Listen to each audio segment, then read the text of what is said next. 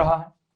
Work के बारे में अगर मैं आपके स्पेसिफिकेशंस को देखूं तो वो कहती हैं कि understand the concept of work and recall and use work done as force multiplied by displacement in the direction of the force.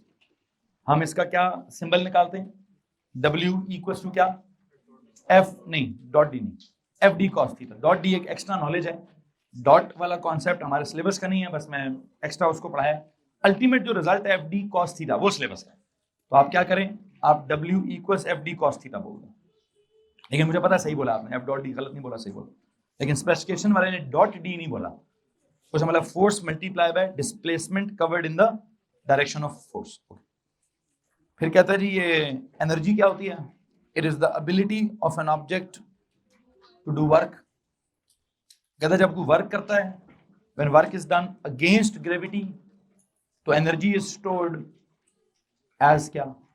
Gravitational potential energy. और कहता है जो ग्रेविटेशनल पोटेंशियल एनर्जी है उसका जो फॉर्मूला है, क्या फॉर्मूला? mg delta h। उसको डिराइव करो कहां से? उसको ड्राइव करो F इंटू डी से। F इंटू डी से कैसे ड्राइव किया हमने? F की जगह ma लिख दो, D की जगह नहीं, F की जगह में नहीं, F की जगह mg लिखो और D की जगह डेल्टा H लिखो, क्या हो जाएगा? mg डेल्टा H आ जाएगा। फिर कहता है काइनेटिक एनर्जी को ड्राइव करो कहां से? वो भी वर्क करोगे किसी ऑब्जेक्ट को सीधा, उसको मतलब किसी फ्रिक्शन लेस सरफेस के ऊपर, अगर किसी ऑब्जेक्ट को यूं फोर्स लगा रहे हो और उसमें डिस्टेंस ट्रेवल हो रहा है, वो एक्सेलरेट कर रहा है, तो अल्टीमेटली क्या होगा? अल्टीमेटली सर जी उसके अंदर क्या आ जाएगा? बताएं प्लीज। अल्टीमेटली उसके अंदर क्या आ जाएगा? जब उसने डिस्टेंस ट्रेवल करना है उसके बाद एक स्पीड आ जाएगी, स्पीड तब्दील हो जाएगी। कहते हैं काइनेटिक एनर्जी को भी ड्राइव करो एफ डी से। वो कैसे किया? एफ की जगह में लिखा, डी की जगह V square minus you square over 2a लिखा। अल्टीमेटली क्या हो गया? ए कट गया, पीछे का बचा half M we square minus you square. ये जो half M we square minus you square है, ये half M V minus U का होल स्क्वायर नहीं है, ये half M we square minus you square है, जो कि चेंज इन काइनेटिक एनर्जी का फॉर्मूला डेवलप होता है। और आपने अगर सिर्फ किसी एक स्पीड का निकालना है तो हाफ एम वी स्क्वायर कर लें, वो फाइनल काइनेटिक एनर्जी है, minus half M U square कर लें, वो इनिशियल काइनेटिक एनर्जी है। तो काइनेटिक एनर्जी क्या है? Half M we square. किसी को मसला है इस बात से? सारी बात होगी। अब वो कहता है जी अगला काम क्या करें? ये जो आप वैसे तो कहता है आपको law of conservation of energy आना चाहिए कि energy can neither be created not be destroyed but can change from one form to the other. उसकी कुछ डिफरेंट प्रोसेसेस आपने मैंने लास्ट किसी लेक्चर में आपके साथ डिस्कस कर लिए थे, जिनमें से मेरा मैकेनिकल सिचुएशन क्या थी वैसे। बाकी तो मैंने वो यूनिवर्स की पैदाइश की बात कर ली, या फोटोसिंथेसिस कर लिया, या पता नहीं रेस्पिरेशन पढ़ा दिया। बेसिकली मैं तो मैकेनिक्स पढ़ा रहा हूँ, तो मुझे तो आपको मैकेनिकल सिचुएशंस बतानी है। और मैकेनिकल सिचुएशंस क्या हैं? मैकेनिकल सिचुएशंस बस ये मैकेनिक्स में आपके काइनेमैटिक्स है, डायनामिक्स है, एनर्जेटिक्स है, काइनेटिक एनर्जी है, ग्रेविटेशनल पोटेंशियल। मुझे तो मैकेनिकल एनर्जी पढ़ानी है। आपको पता है मैकेनिकल एनर्जी की सिर्फ दो किस्में हैं, कौन कौन सी? काइनेटिक और उसका प्रॉपर हमने फॉर्मूला ड्राइव किया। कहता है उसमें आपका जो फ्री फॉल मोशन किसी जमाने में आपने पढ़ा था, उसका आपको काइनेमैटिक्स भी आना चाहिए, उसका आपको डायनामिक्स भी आना चाहिए, उसका आपको एनर्जेटिक्स भी आना चाहिए। वैसे फ्री फॉल मोशन का काइनेमैटिक्स क्या है? सर जी उस पे इक्वेशंस ऑफ मोशंस लगा दें, ए को जी से रिप्लेस कर दीजिएगा बस, बाकी वो यू क्या होगा, वी क्या होगा, डी क्या होगा, सब आपको। इसी फ्री फॉल मोशन का डायनामिक्स क्या है? सर अगर विदाउट एयर है तो force is constant, with air है F net is decreasing, ultimately becoming zero. ठीक है, फिर इसी फ्री फॉल का अब क्या डिस्कस करना है? एनर्जेटिक्स। और वो भी अभी हम इनिशियली क्या करेंगे? विदाउट एयर डिस्कस करेंगे, कोई फ्रिक्शन फ्रिक्शन डिस्कस। तो क्या होगा सर जी? ऊपर होगा जीपी, छोड़ेंगे तो नीचे जाएगा, जीपी किस में कन्वर्ट हो जाएगा? काइनेटिक में। जीपी जब कम हो रहा होगा तो काइनेटिक एनर्जी ज्यादा हो रही होगी। एक फॉर्म ऑफ एनर्जी में जब कमी आएगी तो दूसरी में क्या होगा? इजाफा होगा। Decrease in one energy is equal to, तो हमारा ये तो एक कॉन्सेप्ट है ये सर जी, decrease in one form of the energy is equal to increase in the other form of energy. क्या इसमें किसी को प्रॉब्लम है? अच्छा, एक तो ये कॉन्सेप्ट है कि एक एनर्जी अगर कम हुई तो किसी दूसरी एनर्जी में इजाफा हो जाएगा। एक और कॉन्सेप्ट क्या है हमारा? उससे भी पहले कॉन्सेप्ट था कि अगर वर्क करेंगे तो क्या होगा? अगर वर्क करेंगे तो वर्क जो है वो एनर्जी में ट्रांसफर हो जाएगा। जब आप वर्क डन करेंगे तो एनर्जी ट्रांसफर हो जाएगी। अब जितना वर्क डन करेंगे उतनी ही क्या होगी, इसको वो क्या कहता है, जितना वर्क डन करते हैं उतनी एनर्जी ट्रांसफर होती है। दिस इज नोन एज क्या, वर्क एनर्जी का प्रिंसिपल। तो मेरा जो टॉपिक इस वक्त आपके साथ चल रहा है वो चल भी क्या है, वर्क एंड एनर्जी की बजाय कॉल इट क्या, work energy principal, work energy principal. सुनिए जी, वैसे तो जो वर्क एनर्जी प्रिंसिपल है इसकी जरूरत मुझे क्यों पड़ रही है, आपकी इत्तला के लिए है कि ओ लेवल में हम इतना ज्यादा तवज्जो वर्क एनर्जी प्रिंसिपल को नहीं देते। ओ लेवल में आजकल मैंने पिछले दिनों में पढ़ा दिया उनको work energy principal, work energy power, work का फॉर्मूला पढ़ाया है भाई, क्या होता है एफडी, जीपी का फॉर्मूला पढ़ाया है एमजीएच, अपने आप को भी जरा ओ लेवल में लेके जाइएगा। काइनेटिक एनर्जी का फॉर्मूला पढ़ाया है half M we square.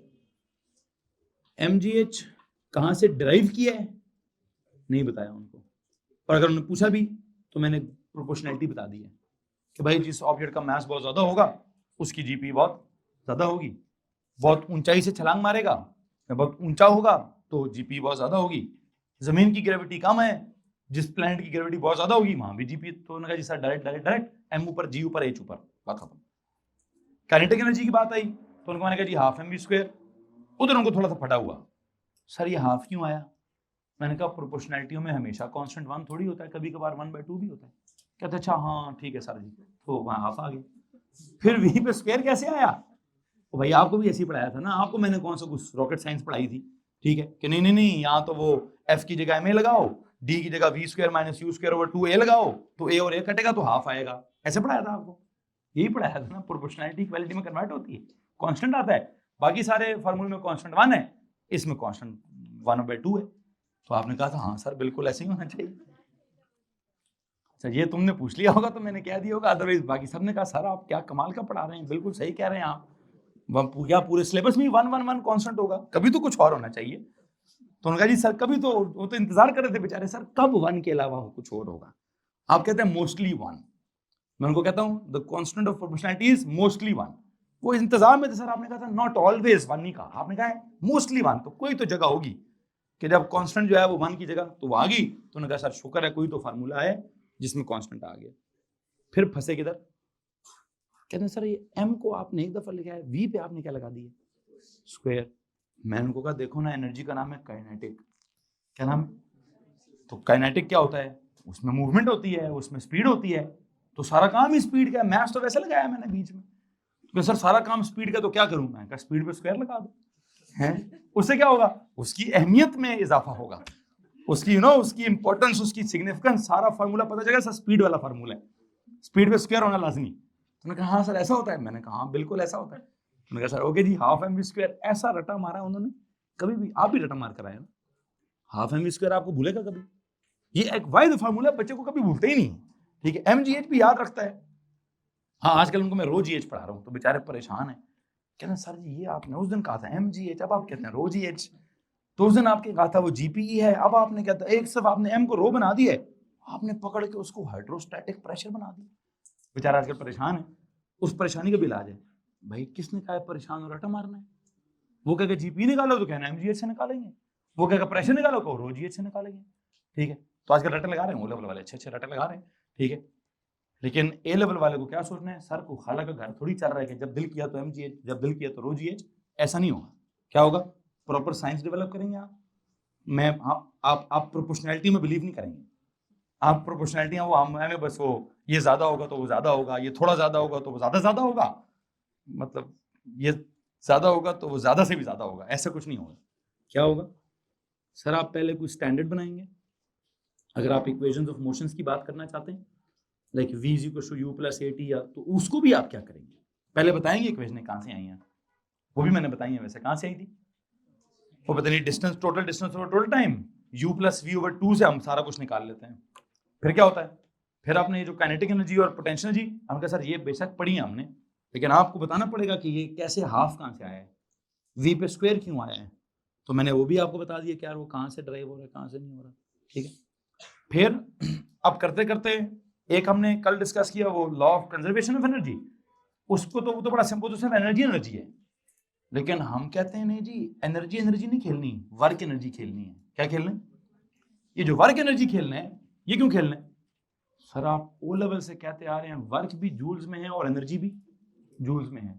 Work करो तो एनर्जी ट्रांसफर होती है, एनर्जी जिसके अंदर होती है उसके अंदर एबिलिटी टू डू वर्क होती है, तो एनर्जी जो है वो वर्क होती है, जो वर्क जो है वो एनर्जी होती है। तो आप तो कब से, ये तो हमें शुरू तो आपने अलग अलग क्यों पढ़ा है? ये हमारे इस वक्त का सवाल है कि अगर वर्क एनर्जी है और एनर्जी वर्क है तो हमने इसको अलग अलग क्यों पढ़ाया, हमें इसको दोबारा क्या करना है? हमें इसको दोबारा जो है वो आपस में ज्वाइन करने की कोशिश करनी है। और उस ज्वाइन करने के लिए आपको पिछला ये जो टेस्ट वाला चैप्टर है मोमेंटम वाला याद, उसमें आपने पढ़ा था वो क्या था, principle of conservation of momentum. उसकी क्या इक्वेशन बनाई आपने? Momentum of the system before collision is equal to momentum of the system. तो आप कहेंगे सर उधर तो ठीक है, आपने इक्वेशन के इधर भी मोमेंटम लिखा है और आपने इक्वेशन के उधर भी मोमेंटम लिखा है, तो आपने कहा जितना मोमेंटम इधर होगा उतनी मोमेंटम। तो अब अगर मैं कहूं मैंने इधर वर्क लिखना है उधर एनर्जी लिखना है, किसी को मसला है? नहीं, क्यों? सर दोनों चीजें सेम ही तो हैं, वर्क की यूनिट्स भी जूल है, एनर्जी की यूनिट्स भी जूल है। कोई वर्क करेगा उसकी अपनी एनर्जी क्या हो जाएगी, दूसरे की एनर्जी क्या हो जाएगी? तो हम कहेंगे when work is done by one object energy is transferred into the other object. तो हम वो one object to the other object के अंदर चले जाएंगे कि वर्क करेगा एक बंदा, ट्रांसफर होगी एनर्जी दूसरे बंदे की तरफ। अब बंदे बंदे बंदे खेलने हैं कि ऑब्जेक्ट ऑब्जेक्ट खेलना है, क्या करना है क्या नहीं करना, भी हम आगे केसेस मैंने डेवलप करने हैं कुछ बेसिक। बस मैं बात क्या डेवलप करना चाहता हूं, कॉन्सेप्ट का नाम क्या रखा है? Work energy principle. स्टेटमेंट बड़ी सिंपल सी दी है, क्या? When work is done energy is transferred. जितना वर्क इज डन उतना energy is transferred. The amount of work done is equal to the amount of energy transferred. Object में energy सारी object में ही रहनी चाहिए। चलो एक काम करता हूं, मैं इसकी बड़ी अजीब सी एग्जांपल देता हूं। मैं वर्क कर रहा हूं, मेरी कोशिश है कि वो वर्क एनर्जी बनकर सारा आप में ट्रांसफर हो जाए, यही है। क्या मैं जितना पढ़ाता हूं 100% अब्सॉर्ब होता है? नहीं ना। हालांकि मेरी ख्वाहिश क्या है, ख्वाहिश तो पुत्र मेरी 110% की है, ठीक है। वो 110% क्या, 100% जो दुनिया का जो सबसे बड़ा रूल है कि 100 विल बी इक्वल टू 100, ठीक है। मैं पढ़ाऊंगा 100 वाला, आप लेंगे 100 वाला, ऐसा हो ही नहीं रहा। क्यों? एक फिनोमेना है सर, दिमाग है, मशीन थोड़ी है कि जो आप बोलेंगे फीड हो जाएगा। दिमाग है क्या? नहीं। मशीन थोड़ी है कि हम कोई रिकॉर्ड थोड़ी करेंगे, जो आपने बोल दिया रिकॉर्ड हो गया, बस कल आएंगे तो सुना देंगे दोबारा। वो सर कुछ अब्जॉर्ब होगा, कुछ निकल जाएगा। अल्लाह ने कान भी दो दिए हैं, इधर से जाएगा उधर से निकल जाएगा। आंखें भी दो दी हैं, पता नहीं आंखें दो दी हैं, कान तो चलो दो समझ आते हैं, इधर से सुनने का उधर से निकल जाएगा। बीच में से दरमियान में अल्लाह ने दिमाग दे दिए है जी, भाई सारा ने निकाली, कुछ जो है बीच में स्टोर कर ली, तो कुछ स्टोर हो जाएगा, कुछ साइड से कुछ जो निकल जाएगा वो किधर गया? मैंने पढ़ाया 100 नंबर, आपने लिए 80 नंबर, ये 20 नंबर किधर गए? किधर गए? मेरे हिसाब से तो आपके दिमाग में है, मेरे हिसाब से तो आपके दिमाग में ही है। मैंने तो दे दिए भाई, मैंने तो 100 रुपए दिए आपको, आप आगे से 80 रुपए देने। हाँ जी मजाक। तो 20 रुपए किधर गए? सर जी वो दिमाग में थे लेकिन इस्तेमाल नहीं हुए। सर वो आपको लगता है मेरे दिमाग में है, वो तो मेरे दिमाग में थे ही नहीं। फलसफा है ना, 2-3 फलसफे हैं। तो अब उसी तरह एक फलसफा है कि भाई वर्क डन किया इंजन ने वर्क किया ऑन द ऑब्जेक्ट। इंजन ने कहा मैं वर्क कर रहा हूं 80 किलो जूल, मेरा सारा वर्क जाना चाहिए ऑन द ऑब्जेक्ट। अब ऑब्जेक्ट अगर स्पेस में होता तो क्या होता? तो जितना वर्क इंजन करता वो सारा वर्क किस में जाता? ऑब्जेक्ट के अंदर ही किसी ना किसी वन फॉर्म में स्टोर हो जाता। अब मुसीबत क्या हुई, ऑब्जेक्ट कह रहा था भाई मैं स्पेस में ट्रेवल नहीं कर रहा हूं, मैं आइसोलेटेड नहीं हूं, मुझे तुम रगड़ खा रहे हो किसी सरफेस के ऊपर। क्या कर रहे हो? तो मैं आइसोलेटेड नहीं हूं, क्या नहीं हूं, मैं किसी सरफेस का रगड़ खाता खाता आगे जा रहा हूं। तो क्या होगा? जैसे आप कहते हैं सर जिंदगी में सिर्फ पढ़ाई थोड़ी है, दुनिया में और भी काम है पढ़ाई के सिवा, ठीक है। तो हमारा दिमाग कहीं और भी इन्वेस्ट होता है, उधर भी कुछ हमें तवज्जो देनी पड़ती है। तो ऑब्जेक्ट भी क्या कर रहा है, कहते हैं भाई दुनिया में और भी काम है ग्रेविटेशनल पोटेंशियल एनर्जी के सिवा। क्या है दूसरे काम का नाम? दूसरे काम का नाम है फ्रिक्शन।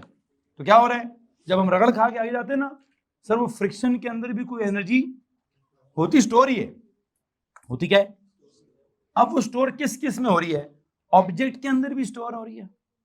रगड़ जिस सरफेस पे खाई है उस सरफेस में भी स्टोर हो रही है, और दोनों में से अल्टीमेटली क्या हो जाती है? दोनों में से अल्टीमेटली सराउंडिंग्स, जो उसके इर्द गिर्द सराउंडिंग्स हैं, वो आके उनको थर्मल एनर्जी को अपने अंदर अब्सॉर्ब करके बोले जाती हैं। तो एनर्जी का असूल अभी भी अपनी जगह पर कायम रहता है। कौन सा असूल? कि क्रिएट नहीं होएगी, डिस्ट्रॉय भी नहीं होएगी। क्या होगा? एक फॉर्म से दूसरी फॉर्म में, तो क्या पता एक फॉर्म से 10 फॉर्म्स में कन्वर्ट हो जाए। हाँ, अगर आपको लगता है कि नहीं सर एक फॉर्म से एक फॉर्म में कन्वर्ट होगी, तो ये आपकी गलती है। ठीक है, वो एक फॉर्म से 2-3 फॉर्म्स में कन्वर्ट हो सकती है। अब जो 2-3 फॉर्म्स में कन्वर्ट होगी, उनमें से कोई मेरे काम की होगी तो मैं कहूंगा जी यूजफुली स्टोर्ड, कोई मैं कहूंगा यार फारगी हो गई है, जाया ही हो गई है। तो जो जाया हो जाएगी वो मेरे काम की नहीं होगी, मैं उसको कोई मकसद नहीं निकाल सकूंगा, ये वो अल्टीमेटली ऑब्जेक्ट से निकल कर सराउंडिंग में चली जाएगी, तो मैं कहूंगा यार ये तो वेस्टफुली ट्रांसफर हो गई है, या ये स्टोर हुई थी वेस्टफुली, वेस्ट होने के लिए स्टोर हुई थी। तो एक कॉन्सेप्ट है ना, ये क्या हुआ? ऑब्जेक्ट को जमीन के सरफेस पे रगड़ा गया। स्टोर ऑब्जेक्ट में ही होना चाहती थी वो, लेकिन ऑब्जेक्ट अकेला होता तो सारी ऑब्जेक्ट में स्टोर होती। ऑब्जेक्ट क्या कर रहा था? दूसरा ऑब्जेक्ट क्या कर रहा था? रफ सरफेस के ऊपर रगड़ खाता खाता मूव कर रहा था। तो सिर्फ मूवमेंट वाली बात नहीं हुई, रफ सरफेस के ऊपर मूवमेंट वाली बात हुई है। तो रफ सरफेस के साथ एक और कॉन्सेप्ट है पूरे का पूरा, उसकी एक डायनामिक्स है रफ सरफेस की। क्या? फ्रिक्शन। फ्रिक्शन नीचे एक्ट कर रही थी, डिस्टेंस उधर जा रहा था, work done by the friction क्या हो रहा था? माइनस हो रहा था। मैंने उसको प्लस करने के लिए क्या बोल दिया? वर्क डन अगेंस्ट फ्रिक्शन बोल दिया। और जो वर्क डन अगेंस्ट फ्रिक्शन था वो मैंने कहा जी ये वाला वर्क डन अगेंस्ट फ्रिक्शन है, इसने किस एनर्जी स्टोर में कन्वर्ट करना है खुद को? थर्मल एनर्जी स्टोर में। और जो दूसरा work done against by gravity था वो भी नेगेटिव था, तो उसको मैंने वर्क डन अगेंस्ट ग्रेविटी बोल दिया। तो मैंने कहा ये भी स्टोर होगा कहीं ना कहीं। वो किधर स्टोर हो गया? वो जीपीई स्टोर में स्टोर हो गया। अब इन दोनों में से मेरे काम का कौन था और जाया कौन हो गया? ये आप डिसाइड करें, मैं क्यों डिसाइड करूं? मैं कहूं जी नहीं सर मुझे तो गरमाइश चाहिए थी, मैं तो हाथ से एक रहा था है। तो फिर यूजफुली ट्रांसफर कौन हुआ? वो तो फिर थर्मल वाला यूजफुल हुआ। सर मुझे क्या चाहिए था? जीपी से खड़े में जाए जीपी, तो वो उसको मैं वेस्टफुली कह दूंगा। वेस्टफुली और यूजफुली का तो मतलब मेरा मकसद क्या है? मैं उस निजाम में से निकालूंगा क्या? मैं उसको ऊपर लेके जाके खुश होऊंगा, या मैं उसमें से हीट पैदा होगी तो हाथ सेकूंगा तो खुश होऊंगा। ठीक है, तो एक तो काम है वेस्टफुली और यूजफुली, ये प्रोसेस डिसाइड करता है, हमारी डिमांड डिसाइड करती है। ठीक है, ऑन दी अदर हैंड जो बेसिक असूल है, दो बेसिक असूल है कि ना क्रिएट होगी ना एक फॉर्म से काफी सारी फॉर्म्स में कन्वर्ट हो सकती है। बस आपका क्या होना चाहिए? जो इधर वाली एनर्जी होगी और जो इधर वाली एनर्जी होगी, दोनों को क्या करना जरूरी है? इक्वेट करना जरूरी है। और एक दूसरा लॉ क्या है सर? वो वर्क एनर्जी प्रिंसिपल है, उसको भी बीच में आप ऐसे ही फिट करेंगे कि वो असल में वर्क भी क्या है? वो असल में वर्क भी एनर्जी ही है। लेकिन अगर आपको ये कहना पड़े कि सर नहीं एक बंदा वर्क कर रहा है दूसरे बंदे में एनर्जी स्टोर हो रही है, फिर क्या करना? फिर भी यही करना सर, एक तरफ वर्क लिख देना, दूसरी तरफ एनर्जी लिख देना। और जितना वर्क कर रहे होंगे और जितनी एनर्जी स्टोर या ट्रांसफर हो रही होगी, दरम्यान में क्या लिख देना? They must be equal to each other. और मैं अब आगे 50 के 15 जितने भी केसेस कराऊंगा, इसमें आप लोगों के सारे सवाल एड्रेस होते जाएंगे। ठीक है, कि सर ऐसा हुआ तो क्या होगा, वैसा हुआ तो क्या होगा, ऐसा हुआ तो क्या होगा। ठीक है, बहरहाल आई थिंक जो मैं समझाना चाहता हूँ मैं समझा चुका हूँ। आपके सवाल में अभी भी अगर कोई कमी है तो आप उसको प्रॉपर वर्ड्स बनाकर प्लीज प्रॉपर पूछिएगा। मैथ्स एम का लफ्ज अंडरलाइन करें, इनिशियली एट, रेस्ट अंडरलाइन करें। रेस्ट के ऊपर क्या लिखेंगे आप? रेस्ट के ऊपर लिखें u इज इक्वल टू 0। आगे underline driven by a force, इसके ऊपर क्या लिखूं? d dot f, driving force. Driven by a force क्या होगा? ड्राइविंग फोर्स होगी। आगे स्मूथ को अंडरलाइन करके क्या लिखेंगे? No friction. स्मूथ के ऊपर लिखिए नो फ्रिक्शन। स्मूथ के ऊपर लिखिए नो फ्रिक्शन। ठीक है, स्मूथ कौन सा सरफेस है? Horizontal surface. क्या लिखेंगे? Underline the word horizontal surface. उसके साथ क्या लिखूं? Delta H equals 0। Horizontal surface के ऊपर डेल्टा एच इक्वल 0, कि हॉरिजॉन्टल सरफेस का कोई डेल्टा एच का सीन ही नहीं है। उसका डेल्टा एच क्या है जी? उसका डेल्टा एच इज 0। ठीक है, ओके। अब इस सिचुएशन को डेवलप करें जनाब साहब। इस पहले ड्राइंग बनाएं, एक तरफ इसकी ड्राइंग बनाएं, फिर एक तरफ मैं इक्वेशन बनाऊंगा, फिर एक तरफ मैं अंग्रेजी लिखूंगा। क्या करूंगा जी? मैंने 3 तरीकों से इसका जवाब देना है। या तो मैंने इसकी ड्राइंग बनानी है, फिर मैं इस ड्राइंग के ऊपर कोई ना कोई काइनेमेटिक्स, डायनामिक्स या what happens to an object of mass m आपको सवाल पढ़ के क्या सिचुएशन समझ आ रही है? एक हॉरिजॉन्टल सरफेस बना दिया मैंने, इस हॉरिजॉन्टल सरफेस का क्या करूं? म्यू इज इक्वल टू, ये म्यू क्या होता है? कोएफिशिएंट ऑफ फ्रिक्शन होता है।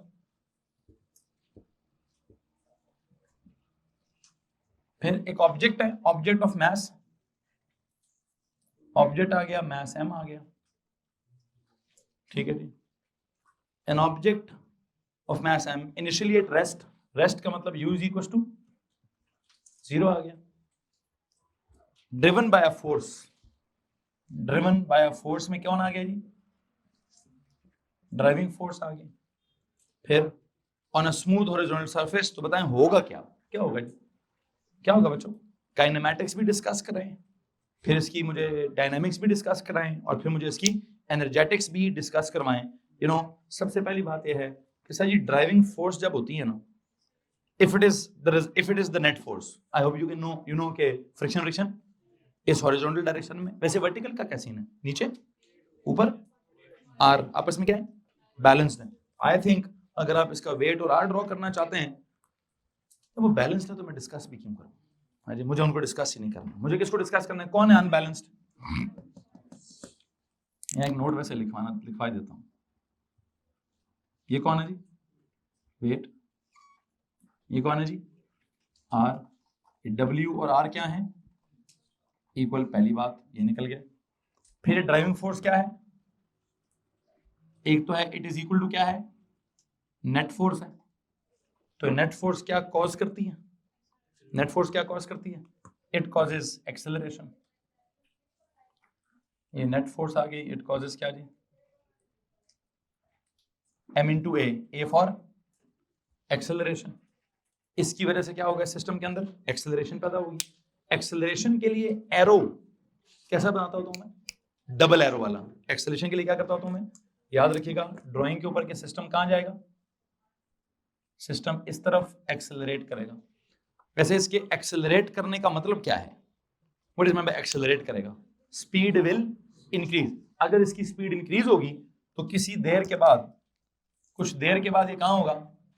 सर यहां तो टाइम 0 चल रहा है, अगर टाइम t हो गया तो कहां पहुंच जाएगा? यहां पहुंच जाएगा। if this is time 0 and this is time what? if this is some time t, its speed will be क्या? its speed will be v, and that v can be calculated by क्या? this v would be calculated by u plus क्या?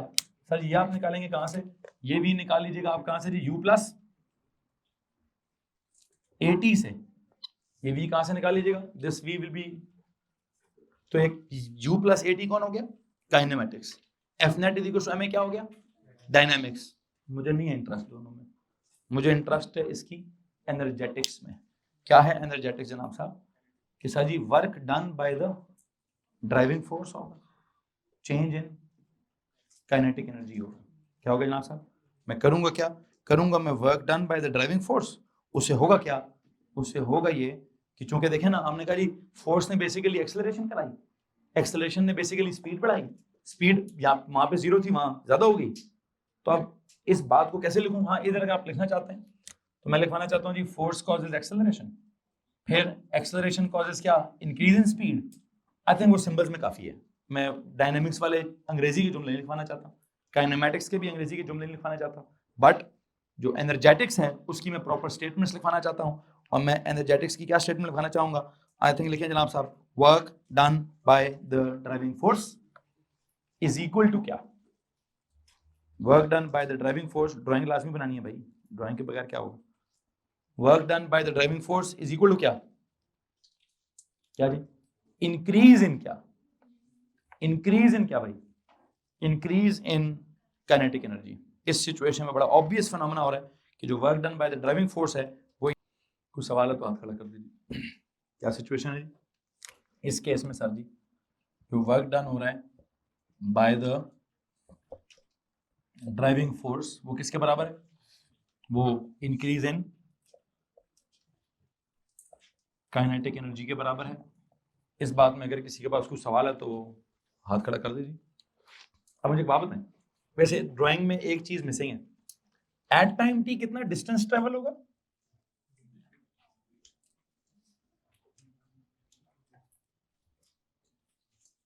ये क्या कर दूं मैं, distance या displacement? Displacement is travelled in the क्या, in the direction of force. तो what is work done by the driving force? F D, driving force बोलते हैं, जस्ट एफ बोल दें, is equal to increase in kinetic energy half M we square minus you square. खैर you know what is u, you कौन है? You zero है। F असल में कौन था? एफ कौन सा वाला पुट करना है इसके अंदर? सर ये एफ पुट करना है कौन सा? ड्राइविंग फोर्स वाला। और एक बात यहाँ क्या है, यू क्या है सर जी? यू इस सवाल की सिचुएशन में यू कौन है? ये जीरो है। तो जो भी इक्वेशन बनती है, अब यहां से आगे मैं नहीं जा रहा आगे, क्यों? मैंने सिचुएशन डिस्क्राइब करनी थी, कर दी। अब तो सवाल की मर्जी, क्या नोन है क्या अननोन है, इनमें से कुछ एक आधी चीज अननोन है तो क्या करेंगे, निकाल लेंगे भाई, यही होगा। मैंने जितने सिचुएशंस आपको यहाँ बना के दिए हैं उन्हीं में से कोई ना कोई सवाल आएगा, और क्या होगा, कोई ना कोई आपको बीच में अननोन डाल दिया जाएगा, आप बीच में इक्वेशन पुट करके वैल्यूज पुट करके उस अननोन को निकाल लीजिएगा। किसी को मसला है भाई? पहला केस समझ आ गया? ठीक है, सिर्फ आपने अपने आप को समझाना है कि यार ये इक्वेशन डेवलप किस सूरत में करनी है। इस सवाल में तो बड़ी आसान इक्वेशन डेवलप की मैंने। क्या किया? ड्राइविंग फोर्स का वर्क कराया, काइनेटिक एनर्जी में इजाफा कराया। ड्राइविंग फोर्स के वर्क को एफडी बोला, काइनेटिक एनर्जी के ट्रांसफर को half M we square minus you square बोला। अगर कोई सवाल है तो हाथ खड़ा करें। एनीवन? केस नंबर 2 पे जाएंगे प्लीज। क्या लिखा है केस नंबर 2 में? What happens to a car of mass m। अब वो कार बन गई है, पहले ऑब्जेक्ट था, अब क्या है, अब वो कार बन गई है। देखिए कार ऑफ मास m, अब वो कार बन गई है, मास उसका कितना लिखा है जी, मास m, that is moving, moving को अंडरलाइन करिए, दैट इज मूविंग, मूविंग को अंडरलाइन करें। अब पता नहीं मूविंग में कांस्टेंट स्पीड वाला मूविंग है, या एक्सेलरेशन वाला मूविंग है, या डिसेलरेशन वाला मूविंग है, ये क्लियर होगा तो मैं कुछ करूंगा, अदरवाइज तो मुझे नहीं हो। On the rough surface, underline rough surface, underline क्या जी, अंडरलाइन करें इसका रफ, रफ के ऊपर क्या लिखें, फ्रिक्शन है, फ्रिक्शन है। एट क्या, एट अ कांस्टेंट स्पीड, इसको अंडरलाइन करें, इसके ऊपर लिखें u इक्वल्स v, क्या लिखें जी, इसके ऊपर लिखें u इक्वल्स v। लो जी, अब क्या सिचुएशन है, मैं यहां पे भी एक क्या बना रहा हूं, यहां भी मैंने एक हॉरिजॉन्टल सरफेस बना दिया, ओके। इधर भी मैंने क्या कर दिया जी, एक ऑब्जेक्ट ऑफ मास m की बात कर दी है। ये रफ है तो इसके ऊपर कोई ना कोई rough surface, rough horizontal surface. If it is rough horizontal surface तो याद रखिएगा इस रफनेस की वजह से क्या होगा, कोई ना कोई फ्रिक्शन जरूर होगी, ठीक है। ये ऑब्जेक्ट कर क्या रहा है, और ये है कौन, ये सिर्फ ऑब्जेक्ट नहीं है, ये गाड़ी है, क्या है, गाड़ी है। तो जब भी एक बात याद रखिए, जब गाड़ी का जिक्र आएगा ना तो गाड़ी में क्या होता है, इंजन भी होता है। इंजन क्या होता है, ऑन होता है। गाड़ी, उसने कार का नाम ले लिया तो जब तक वो ये ना कहे कि ब्रेक मारी है, जब तक वो ये ना कहे कि इंजन ऑफ है, हम क्या तस्वीर करेंगे, इंजन ऑन है, वर्क डन बाय द, एक ड्राइविंग फोर्स है और वो क्या कर रही होगी, कोई ना कोई वर्क डन कर रही होगी। खैर हो क्या रहा है, गाड़ी चूंकि मूविंग है ना, मूविंग का मतलब ये ऑब्वियस हो गया कि इंजन ऑन है। एक काम करें, मूविंग ऊपर लिखे इंजन इज ऑन, जहां उसने कहा ना मूविंग, आई थिंक इस वक्त कार है और कार का मूविंग सीन है, तो उसके ऊपर क्या लिखें, इंजन इज ऑन का सीन लिखें। और अगर इंजन इज ऑन का सीन है तो ड्राइविंग फोर्स इंजन वाली होगी कोई ना कोई। क्या करूं, आई थिंक क्या करना है जी। और एक और बात भी, वैसे इसने इसके ऊपर क्या लिखा हुआ है, इसकी स्पीड क्या है, कांस्टेंट स्पीड है, तो u इज इक्वल टू, अगर u is equal to v है, इसका मतलब क्या होता है, नहीं एक स्टेप बाय स्टेप, इसका मतलब है डेल्टा v क्या है, जीरो। डेल्टा v जीरो का मतलब क्या है, a क्या है, a जीरो का मतलब क्या है, f net zero. f net zero का मतलब क्या है, forward force is equal to, या upward force is equal to, upward कौन है इसके ऊपर, डाउनवर्ड कौन है, वेट, अपवर्ड कौन है, आर, एक तो ये दोनों बराबर होंगे, और फॉरवर्ड क्या है, फॉरवर्ड इसके ऊपर ड्राइविंग फोर्स, बैकवर्ड क्या है, इसके ऊपर है फ्रिक्शन। किसी को मसला इस बात से? अब अगर एफ नेट 0 है तो क्या क्या मतलब है इसका? सर जी एफ नेट 0 का मतलब ये है कि क्या क्या होगा, R will be equal to W, और क्या, एंड क्या, and driving force will be equal to क्या, driving force will be equal to friction. अब मेरा सवाल ये है, ये सारा क्या चल रहा है? ये तो काइनेमैटिक्स चल रहा है, या बहुत हुआ तो क्या चल रहा है, डायनेमिक्स चल रहा है। मुझे क्या चलाना है? मुझे जो ये यहां तक जो मैंने कहानी लिखी है, यहां तक की कहानी is for kinematics, and you know ये जो सारा लिखा है ये क्या है, दिस इज डायनेमिक्स। मैं तो चैप्टर कौन सा पढ़ा रहा हूं, मैं तो पढ़ा रहा हूं एनर्जेटिक्स। तो मैं किस में इंटरेस्टेड हूं, वर्क डन में और एनर्जी ट्रांसफर्ड में। किस में इंटरेस्टेड हुई, वर्क डन में और एनर्जी ट्रांसफर्ड में। मुझे प्लीज बताइए, वर्क कोई कर रहा है, इंजन वर्क कर रहा है ना, क्या बोलूं उस वर्क को, work done by the driving force, by the engine बोल दें या बाय द जो इंजन वाली ड्राइविंग फोर्स है वो। कोई एनर्जी चेंज आ रही है नहीं। एक बात है, देखा मैकेनिक्स में रहना है, किस में रहना है, थर्मोडायनेमिक्स में नहीं जाना, ठीक है, मैकेनिक्स वाला नाम ही रखूंगा मैं। कौन वर्क कर रहा है, ड्राइविंग फोर्स, इंजन वर्क कर रहा है, गाड़ी है, इंजन है, ऑन है, ड्राइविंग फोर्स है। तो सबसे पहली बात क्या हो रही है, सबसे पहले तो there is some work done by क्या, there is some work done by the driving force, okay. This should be equal to something, this is equal to क्या, किधर नहीं, एनर्जी नहीं, एनर्जी ट्रांसफर्ड होगी तो एनर्जी इंक्रीज हो सकती है, कांस्टेंट एनर्जी का तो जिक्र ही नहीं है, एनर्जी तो कांस्टेंट है। अगर आपका U V के बराबर है तो डेल्टा V 0 है। एक बात मैं आपको बताता चलूं, इसका मैं मतलब क्या निकालूंगा, delta V is equal to 0 का मतलब क्या होगा, delta KE is equal to क्या, इज इक्वल टू 0 है। और अगर हॉरिजॉन्टल सरफेस है, हॉरिजॉन्टल सरफेस पर अगर आप कहते हैं डेल्टा H 0 है, तो आपकी इतला के लिए है कि इधर डेल्टा GPE भी क्या होगा, वो भी 0 होगा। लो जी, वो मसला भी नहीं होगा। अब क्या करें, अगर हॉरिजॉन्टल सरफेस पे डेल्टा H 0 है तो डेल्टा GP भी 0 है। अब अगर गाड़ी कोई वर्क कर रही है तो आपकी इतला के लिए अर्ज है फ्रिक्शन भी कोई वर्क कर रही है, लेकिन हमने किसी जमाने में work done by the friction का लफ्ज चेंज कर दिया था। हमने कहा था क्या हो रहा है, बेसिकली बिकॉज गाड़ी किधर जाएगी, गाड़ी थोड़ी देर बाद कहां पहुंच जाएगी, सर गाड़ी थोड़ी देर बाद यहां पहुंच जाएगी। थोड़ी देर बाद जब टाइम क्या होगा, यहां टाइम क्या चल रहा है, यहां टाइम 0 चल रहा है, यहां टाइम क्या होगा, यहां टाइम t होगा। टाइम t पर u कितना होगा, v कितना होगा, सर v उतना ही होगा जितना u था, लेकिन हाँ टाइम t पर क्या ट्रेवल हो चुका होगा, सर जी कुछ तो डिस्टेंस ट्रेवल हुआ होगा, बिल्कुल हुआ होगा जी। ये जो डिस्टेंस ट्रेवल हुआ होगा, इस डिस्टेंस को अगर मैं ड्राइविंग फोर्स से मल्टीप्लाई करूं, क्या निकल आएगा, work done by the driving force. और अगर मैं इस डिस्टेंस को फ्रिक्शन से मल्टीप्लाई करूं, तो वो फ्रिक्शन से करूं या अगेंस्ट द फ्रिक्शन से करूं। आपकी इतला के लिए ऐसा कि इस वक्त मैं इक्वेशन क्या बनाने लगा हूं, work done by the driving force is equal to क्या, वर्क डन अगेंस्ट क्या जी, against the frictional force. Hello, work done by the driving force is equal to क्या है, इसका एनर्जेटिक्स क्या है। आई थिंक एनर्जेटिक्स ये वाली डेवलप हो रही है कि एक फोर्स ड्राइविंग है, एक फोर्स फ्रिक्शन है। ड्राइविंग फोर्स फॉरवर्ड है, फ्रिक्शन बैकवर्ड है। ड्राइविंग फोर्स वर्क कर रही है, बिल्कुल कर रही है। उसको क्या हो रहा है, वो असल में वर्क सारे का सारा किसके अगेंस्ट हो रहे हैं, वो सारे का सारा वर्क अगेंस्ट द, और ना तो काइनेटिक एनर्जी में इजाफे का सबब बन रहा है, ना ग्रेविटेशनल पोटेंशियल एनर्जी में इजाफे का सबब बन रहा है।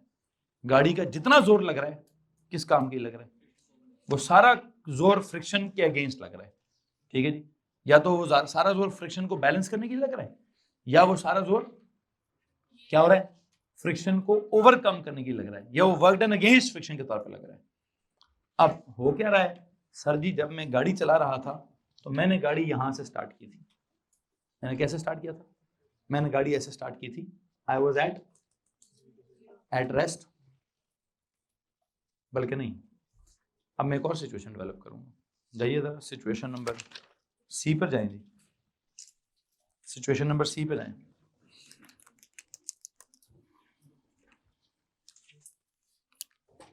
सिचुएशन नंबर सी पे जाएं। What happens when a car of mass m, क्या जनाब साहब, underline once again, mass m underline करें, इज व्हाट, एक्सिलरेटिंग, क्या जनाब साहब, इज एक्सिलरेटिंग, लो जी, underline the word accelerating, underline the word accelerating. क्या मतलब एक्सिलरेटिंग का, a is not equal to 0, मतलब a is greater than 0, इसको बोलेंगे a is greater than 0, a greater than 0, accelerating मतलब है a की कोई ना कोई वैल्यू है। अच्छा, ऑन क्या, रफ, रफ का मतलब क्या है, फ्रिक्शन भी है, हॉरिजॉन्टल रोड, सर जी वो डेल्टा एच 0 है, ओके। उस सिचुएशन में क्या हो रहा है जी, मिक्स नहीं करना चाहता मैं, पहले मिक्स करने लगा था, पहले केस को और दूसरे केस को, तो सवाल नंबर 3 ने मिक्स किया हुआ है, तो मैं उधर मिक्स नहीं करना चाहता, मैं सवाल 3 के डेटा पे आ जाता हूं। कैसा सरफेस है, सरफेस कैसा है, रफ हॉरिजॉन्टल सरफेस है, तो क्या होगा, रफ की वजह से क्या होगा, फ्रिक्शन होगी, हॉरिजॉन्टल की वजह से क्या होगा, सर जी इसका सीन यह है कि डेल्टा एच क्या होता है, जिसकी वजह से डेल्टा जीपी सवाल में है ही नहीं, डेल्टा जीपी 0, आउट, ये तो आउट हो जाएगा। क्या सीन है, गाड़ी है, गाड़ी का मास कितना है, m है, what happens to a car of mass, what happens when a car of mass m is accelerating, लो जी सिंपल बात उसने कह दी, एक्सेलरेटिंग है। ये एक्सेलरेटिंग का मतलब क्या है, एफ नेट, अगर a इज ग्रेटर देन 0 है तो एफ नेट भी ग्रेटर देन 0 होगा, कितना होगा सर, वो भी ma के बराबर होगा। अब गाड़ी है तो गाड़ी में कौन कौन सी फोर्सेस है, सर जी गाड़ी में सबसे पहले तो फॉरवर्ड ड्राइविंग फोर्स होगी, फिर बैकवर्ड, लेकिन एक मैं काम करूंगा, अगर एक्सेलरेटिंग है तो कौन सा एरो ज्यादा लंबा होना चाहिए, मैं ड्राइविंग फोर्स वाले एरो को थोड़ा ज्यादा बड़ा कर दूंगा, ठीक है, नीचे की तरफ क्या बनाऊं, लेकिन वेट और आर वाला एरो कितना होना चाहिए, एक जितना, लो जी यहां टाइम क्या हो रहा है, टाइम 0, टाइम 0 पर क्या इनिशियल स्पीड है, यू की कोई बात हुई है वेस्ट वेस्ट की, तो क्या लिखूं, यू को यू ही लिखें सारे, लिख दिया। अगर ये if there is some, if you know, कौन कौन बराबर है जी, आर और डब्ल्यू क्या है, सर आर और डब्ल्यू तो बराबर है, लेकिन ड्राइविंग फोर्स और फ्रिक्शनल फोर्स बराबर, उनका अंदर एक डिफरेंस है, उनका डिफरेंस किसके बराबर है, एफ नेट के बराबर है, और वो एफ नेट किसके बराबर है, एम ए के बराबर है। ये इक्वेशन किस चीज के लिए है, ये उसका एनर्जेटिक्स डिस्कस कर रही है। इसमें से अगर आप चाहें तो क्या निकाल लें, एक्सेलरेशन निकाल लें। एक्सेलरेशन किस तरफ को है, आगे की तरफ को है, तो थोड़ी देर बाद क्या हो जाएगा सर, जब थोड़ी देर बाद वो बंदा यहाँ, अब गाड़ी यहाँ पहुंचेगी तो टाइम क्या हो चुका होगा, टी, स्पीड क्या हो चुकी होगी, थोड़ी क्या ज्यादा, और उसका जवाब कैसे निकालेगा, सर कोई भी इक्वेशन ऑफ मोशन लगा लें, लेकिन हाँ एक और काम भी कर लें, यहां से यहां तक क्या ट्रेवल हो रहा है, डिस्प्लेसमेंट, तो आप चाहें तो ये v निकालने के लिए क्या करें, u भी गिवन है, a भी गिवन है, u प्लस at कर लें, या थर्ड इक्वेशन ऑफ मोशन जो भी लगाना चाहते हैं वो लगा लें, u प्लस at लगा लें। ये काइनेमेटिक्स भी डिस्कस हो गया, डायनेमिक्स भी डिस्कस हो गया, मैंने करना है क्या डिस्कस, मैं करना चाहता हूं एनर्जेटिक्स डिस्कस। मुझे एक बात बताइए, v ज्यादा हो रहा है कि कम हो रहा है, तो काइनेटिक एनर्जी में चेंज आ रहा है कि नहीं आ रहा है, तो अब इसकी एनर्जेटिक्स क्या है, काम कर कौन रहा है, काम कर कौन रहा है, work is done by the, गाड़ी का इंजन कर रहा है ना, उसको क्या बोलूं, work done by the driving force. और अगर मैकेनिक्स में ना होता, पूरे जनरल फिजिक्स में होता, तो पता है उसको कहता केमिकल एनर्जी, क्या कहता, ये जो गाड़ी का इंजन है, इंजन की जो फोर्स है वो बेसिकली पेट्रोल इस्तेमाल करके होती है, तो अगर मैं किधर होता, मैकेनिक्स से बाहर जनरल फिजिक्स में होता, तो मैं इस work done by driving force की जगह क्या लिखता, डिक्रीज इन केमिकल एनर्जी, कि चूंकि केमिकल एनर्जी, लेकिन अभी मैं मैकेनिक्स में हूं तो मैंने इसको ड्राइविंग फोर्स बोला है, तो मैं इसको क्या बोलूंगा, work done by driving force. Okay, ये जो work done by the driving force है, प्लीज बताइए इससे हो क्या क्या रहा है, कुछ आप बताएंगे क्या क्या हो रहा है? वर्क ये कर रहा है, ये वर्क किधर किधर जा रहा है? हाँ, एक इसका हिस्सा किस में जा रहा है? एक इसका हिस्सा वर्क डन अगेंस्ट फ्रिक्शन में कंज्यूम हो रहा है, दूसरा इसका हिस्सा किधर है? दूसरा इसका हिस्सा इंक्रीज इन व्हाट है? इंक्रीज इन काइनेटिक एनर्जी है। आप देखेंगे तो आपको खुद ब खुद ये केस कौन लगेगा? आपको खुद ब खुद ये केस पहले और दूसरे का मिक्सचर लगेगा कि यहां क्या नहीं था? बच्चों यहां क्या नहीं था? फ्रिक्शन नहीं थी, तो इसलिए इक्वेशन में फ्रिक्शन नहीं आई। यहां क्या नहीं था? चेंज इन के ही नहीं था, स्पीड कांस्टेंट, तो काइनेटिक एनर्जी चेंज नहीं हो रही थी, वो नहीं आया। वहां क्या है? वहां फ्रिक्शन भी है, एक्सेलरेशन भी है, तो क्या आ गया? Work done. यहां गाड़ी के इंजन पर इतना लोड नहीं है, यहां गाड़ी के इंजन को सिर्फ क्या करना पड़ रहा है? सर रोड बड़ी स्मूथ है, कोई फ्रिक्शन कोई नहीं है, सारी जितनी जोर लगाता है स्पीड बढ़ जाती है। यहां क्या हो रहा है? यहां गाड़ी ने स्पीड बढ़ानी नहीं है, सिर्फ स्पीड कांस्टेंट रखनी है, सिर्फ क्या करना है? फ्रिक्शन को ओवरकम करना है। यहां भी गाड़ी पे इतना जोर, उधर वहां गाड़ी चीखें मार रही होगी, क्यों? वो गाड़ी से हम क्या कह रहे हैं? फ्रिक्शन को भी ओवरकम कर और स्पीड भी बढ़ा। ठीक है जी, तो क्या करो, ड्राइविंग फोर्स यहां ये वाला जो वर्क है, आई बिलीव उन दोनों से ज्यादा है। वहां पहले वाले सिचुएशन में आप सिर्फ क्या कर रहे हैं? काइनेटिक एनर्जी बढ़ा रहे हैं, फ्रिक्शन का तो आपको मुसीबत ही नहीं है। दूसरे सवाल में आपका सारा वर्क फ्रिक्शन को ओवरकम कर रहा है, स्पीड तो आप बढ़ाना नहीं चाह रहे हैं। असल सिचुएशन तो ये वाली होती है कि जब आप वर्क कर रहे होते हैं तो उसमें से कुछ हिस्सा क्या होता है? कुछ हिस्सा फ्रिक्शन को ओवरकम करने के लिए होता है और कुछ हिस्सा काइनेटिक एनर्जी को इंक्रीज करा रहा होता है। हाँ, इसमें अगर आप वैल्यूज पुट करना चाहते हैं, वैसे बात बताएं यहां भी नहीं की थी हमने, इसका फॉर्मूला क्या बनेगा? Work done by the driving force FD, work done against friction FD. आप कहेंगे सर ये क्या बात हुई? मैं कहूंगा डी डी कैंसिल कर दो, एफ इज इक्वल टू, ये किधर है? ये है ना, ये वही चीज नहीं लिखी हुई है। क्यों कैंसिल हो गया सर? ये तो बड़ा आसान सीन है। इसका मतलब ये एनर्जेटिक से हम करेंगे, कोई खास चीज निकल ही नहीं रही। वहां तो फिर एक प्रॉपर इक्वेशन मांगी ना, पता नहीं कौन अननोन होगा। यहां क्या होगा? Sir F D F D करेंगे तो डी डी ने वैसे ही क्या हो जाना है? कैंसिल ही हो जाना है। तो जब डी डी ने कैंसिल ही हो जाना है तो मैं ये वाला सवाल एनर्जेटिक से ये कैसे करूंगा? इसका forward backward D D F F काफी है कि forward force is equal to backward. लेकिन यहां आते हैं, मुझे लगता है ये मैं एनर्जेटिक से नहीं, वो काइनेमेटिक्स से डायनेमिक्स से नहीं कर पाऊंगा। यहाँ बहुत सारे वेरिएबल्स हैं, कोई ना कोई वेरिएबल अननोन होगा, तो एनर्जेटिक्स ही करूंगा। Work done by driving force, work done against frictional force FD, increase in kinetic energy half m v square minus u square. अब what is unknown? इस इक्वेशन में you put the values, you will get the answer. किसी के पास कोई सवाल है तो हाथ खड़ा कर दीजिए जी। Sir, in this case too, how would we find the kinetic energy of the object? Not to change the kinetic energy of the object as in half m v square, speed given होगी हमें पहले से, तो half half होगा, mm होगा, speed का square ले लें। ठीक है, लेकिन इस इक्वेशन में काइनेटिक एनर्जी का कोई इन्वॉल्वमेंट, क्योंकि वो कांस्टेंट है। क्या है? एक बात याद रखिए, इस एनर्जेटिक्स की इक्वेशन में अगर कोई एनर्जी आएगी तो फिक्स नहीं आएगी। क्या आ रहा होगा? या उसकी कमी आ रही होगी या उसका इजाफा आ रहा होगा। आप देख सकते हैं कि क्या हुआ है, यहां आपने वर्क डन किया, उससे काइनेटिक एनर्जी में इजाफा हुआ है तो वो आया है। ठीक है, यहां आपने वर्क डन में ड्राइविंग फोर्स किया है तो काइनेटिक एनर्जी कांस्टेंट थी तो हमें लाई नहीं। कांस्टेंट वाली वैल्यूज यहां पर, यहां क्या होगा? वर्क डन कराओगे तो एनर्जी ट्रांसफर होना मस्ट है, ट्रांसफर नहीं हो रही तो मत इन्वॉल्व करो। क्यों नहीं? डेल्टा जीपी क्यों नहीं ला रहा? सर उसमें ट्रांसफर ही कुछ नहीं हो रहा। डेल्टा के ही क्यों नहीं ला रहा? सर स्पीड कांस्टेंट, उसमें ट्रांसफर ही कुछ नहीं हो रहा। यहां क्या हुआ? यहां दोबारा देखिए, डेल्टा जीपी नहीं लाया। क्यों नहीं लाया? सर वो हॉरिजॉन्टल सरफेस है, डेल्टा जीपी का काम ही कोई नहीं है। फिर काइनेटिक क्यों लाया? सर स्पीड ज्यादा हो रही थी, स्पीड में इजाफा आ रहा था, काइनेटिक में इजाफा हो रहा था, उसको लेकर आएंगे बीच में। खैर क्या होगा क्या नहीं होगा आपके सामने है। इन तीन केसेस में से किसी को प्रॉब्लम है तो हाथ खड़ा कर दे। केस नंबर 4 पे जाएंगे। What is this case number 4? Derive a formula. ये तो किया नहीं है, किया नहीं, कोई बात नहीं, दोबारा कर लो। Derive a formula for क्या? GPE using work energy principle. If क्या?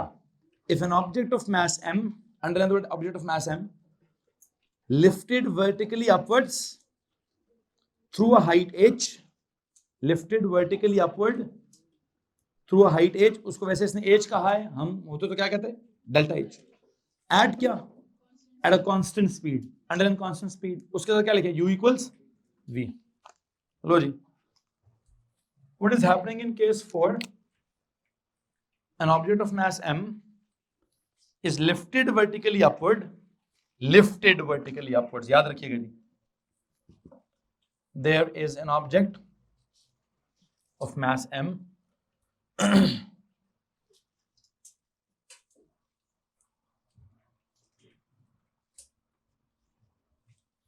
मैं इसको जमीन के साथ टच नहीं कराना चाह रहा, इसका नीचे की तरफ क्या है जी, वेट है, लेकिन हम इसको लेके किधर जाना चाहते हैं, तो कोई ऊपर की तरफ फोर्स लगानी पड़ेगी, कितनी, उसने कहा it is lifted vertically upwards through a height H. पहले मैं थ्रू अ हाइट एज का डिस्कशन कर लेता हूं,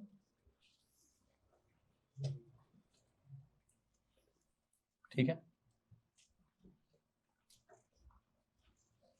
लेकिन जब मैं इसमें थ्रू अ हाइट एज का डिस्कशन करता हूं, सीन बीच में क्या आता है, एट क्या, at constant speed. Please tell me, दोबारा बताएं कांस्टेंट स्पीड का सीन क्या है, u इक्वल्स v।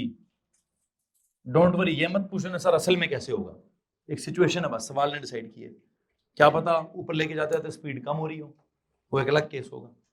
क्या पता ऊपर क्रेन लेके जा रही हो और क्रेन ऊपर बड़ी शू करके ले जाए और स्पीड ज्यादा हो रही हो, वो एक अलग केस होगा। इस वक्त जो उसके अल्फाज है मैं उस हिसाब से चल रहा हूं। Delta V is equal to 0, अगर डेल्टा वी 0 है तो एक्सेलरेशन इज इक्वल टू 0, तो F net is equal to 0। Delta V 0 का क्या मतलब निकालूं सर, एक तो इसका मतलब निकालें डेल्टा के ई इज इक्वल टू 0। अच्छा, F net is equal to 0 का मतलब क्या निकालूं, upward force is equal to, कौन है अपवर्ड, सर कोई तो होनी चाहिए, कौन होगी सर, फिर ड्राइविंग फोर्स ही होगी, कोई ना कोई ड्राइविंग फोर्स ही होगी जो उसको ऊपर की तरफ लिफ्ट करा रही होगी, अदरवाइज तो ये ऊपर जा ही नहीं सकता। तो डाउनवर्ड फोर्स होगी कौन, वेट, अपवर्ड फोर्स होगी कौन सी, driving force. U for upward, D for downward, upward equal downward, या क्या, driving force is equal to weight. Okay जी, अब क्या करूं, मुझे तो इसका डिस्कस करना है क्या, मुझे इसका डिस्कस करना है क्या बच्चों, एनर्जेटिक्स। तो एनर्जेटिक्स में ये ड्राइविंग फोर्स क्या कर रही है, वर्क कर रही है, किसके अगेंस्ट कर रही है, तो या तो मैं लिखता हूं work done by the driving force is equal to work done against the weight. एक काम करते हैं, देखिए जी, work done by the driving force is equal to क्या, work done against the weight. Okay, यहां भी मैंने एक सवाल किया था, work done by the driving force is equal to work done against the friction. लेकिन एक बात याद रखिए कि यहां मैंने वो डी काट दिया था, यहां देखते हैं क्या होता है। यहां please tell me, work done by the driving force का फॉर्मूला क्या बनता है, what do you think, what is the formula, it is F into क्या, F into D, basically this D is known as H, this D is equal to H. What is work done against the weight, sir ji work done against the weight, वो driving force ही कर रही है ना work done against the weight, तो अगर against the wait वाला हिसाब निकालें तो क्या करूं, W इंटू H। ये लो जी, यहां तक किसी को परेशानी है, बस एक बात बता दें, ये W इंटू H में W को क्या करूं, mg। अगर मैं, आप कहते हैं सर इस W को कर दें mgh, तो फिर मैं इस work done by the driving force का क्या नाम रख दूं, basically it has increase the GPE। तो इस सिचुएशन में कौन है, ये है GPE। बल्कि एक काम करें, सवाल में जाएं, drive a formula for delta GPE लिखें, ड्राइव अ फॉर्मूला फॉर क्या लिखें जी, प्लीज इसको डेल्टा GPE लिखें, drive a formula for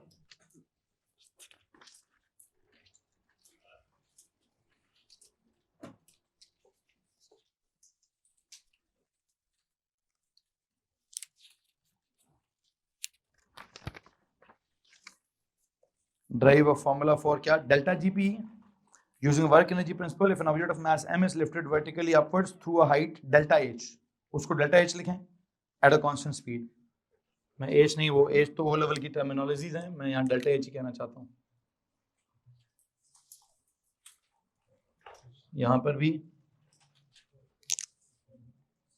delta h, यहाँ पर भी delta h, and you know one more thing, मैं इस GPE को क्या कहना चाहता हूँ इस सवाल में, मैं आपको ये बताना चाहता हूँ कि बेटा जी बेसिकली क्या हो रहा है, इस सिचुएशन का जो वर्क डन है, इस सिचुएशन में जो work done by the driving force होगा, जो कि एक्चुअल में work done against the gravity हो रहा है, इसको मुझे या तो यूं लिख सकता हूं या मैं लिख सकता हूं work done by the weight is actually क्या, is actually stored as GPE, work done by the driving force is equal to, यहां क्या लिखा आपने, work done by the driving force is equal to increase in KE। तो यहां मुझे क्या लिख देना चाहिए था, या तो ये लिख सकता था या एक और काम लिख सकता, work done by the driving force is equal to increase in GPE।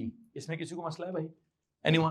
पहले तो मैंने कहा ना work done by the driving force is equal to work done against gravity, same यही बात आप क्या कर सकते हैं, क्योंकि उसने कहा ड्राइव करके दिखाओ, तो मुझे ड्राइव करने के लिए लिखना पड़ा।